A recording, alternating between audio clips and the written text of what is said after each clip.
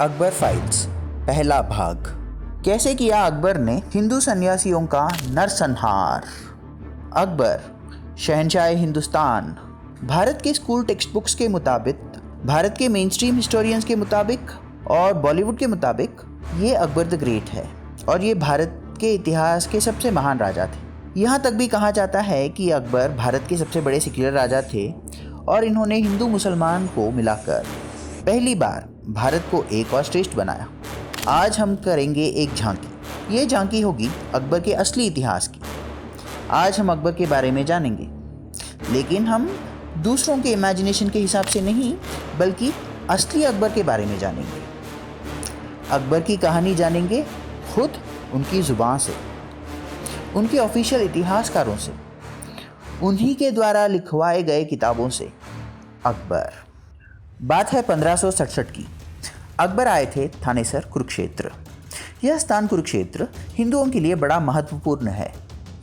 अकबर ने देखा कि हिंदू सन्यासी के दो दल एक दूसरे से लड़ रहे थे। ये 10 नामी सन्यासियों के दो दल थे। एक दल गिरी और दूसरा दल पुरी।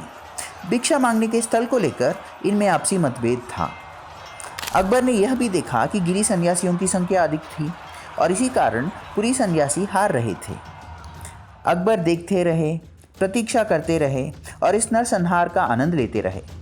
अकबर ने संघर्ष को रोकने की कोशिश नहीं की। जब पुरी सन्यासियों की संख्या पूरी तरह से घट गई थी, तब अकबर ने अपने मुसलमान सैनिकों को आदेश दिया कि वो खुद को भस्म से लेपित करके अपने मुसलमान रूप को ढक के सन्यासियों का वेश धारण करें। मुगल सैनिकों ने तब दोनों पक्षों के बचे हुए सन्यासियों का बड़ा नरसंहार किया। मुगल इतिहासकार अबुल फजल, जो अकबर के वजीर आजम अर्थात प्राइम मिनिस्टर थे, उन्होंने अकबरनामा में लिखा कि अकबर मरे हुए हिंदू सन्यासियों को देखकर बहुत खुश हो गए थे। अकबर के मीर बख्शी ख्वाजा निजामुद्दीन अहमद अपने पुस्तक तबकात अकबरी में लिखते हैं कि अकबर मरे हुए हिंदू सन्यासियों को देखकर बहुत प्रसन्न हो गए थे। अकबर ने ऐसा क्यों किया? एक राजा का कर्तव्य होता है पब्लिक ऑर्डर को मेंटेन करना, ना कि उनमें शामिल होकर कत्लेआम करना। सोचने वाली बात तो ये है कि अकबर ने मुगल सैनिकों को रूप छुपाने का आदेश क्यों दिया? अगर ऐसा नहीं किया तो संभवतः मुगल सेना को देखकर जंग रुक जाती। अकबर को हिंदू सन्यासियों के खून की दृष्टि से इतनी प्रसन्नता क्यों हुई?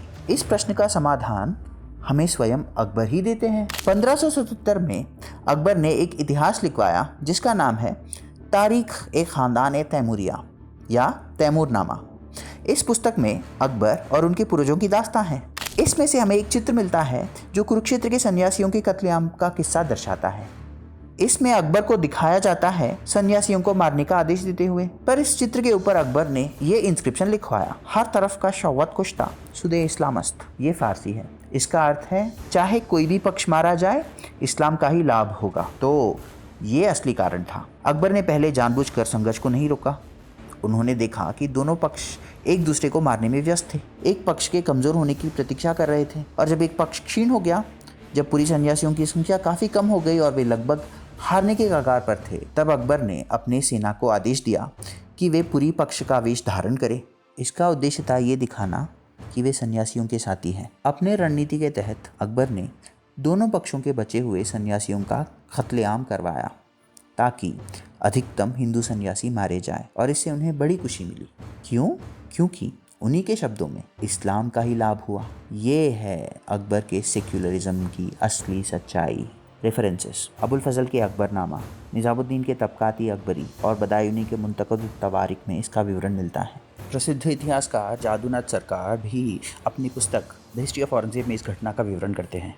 ध्यान रखने वाली बात यह है कि अबुल फजल अकबर के चरित्र को बचाने की बहुत कोशिश करते हैं। यहाँ तक कहते हैं कि दोनों पक्षों के सन्यासी खुद अकबर के पास आए थे और अकबर ने सुलझाने की भी कोशिश की, लेकिन ये सरासर झूठ है। ऐसी बात का कोई जिक्र बदायूं की किताब में नहीं है। खुद अबुल फजल को मानना पड़ा कि मरे हुए हिंदू सन्यासियों को देखकर अकबर बहुत खुश हुए थे।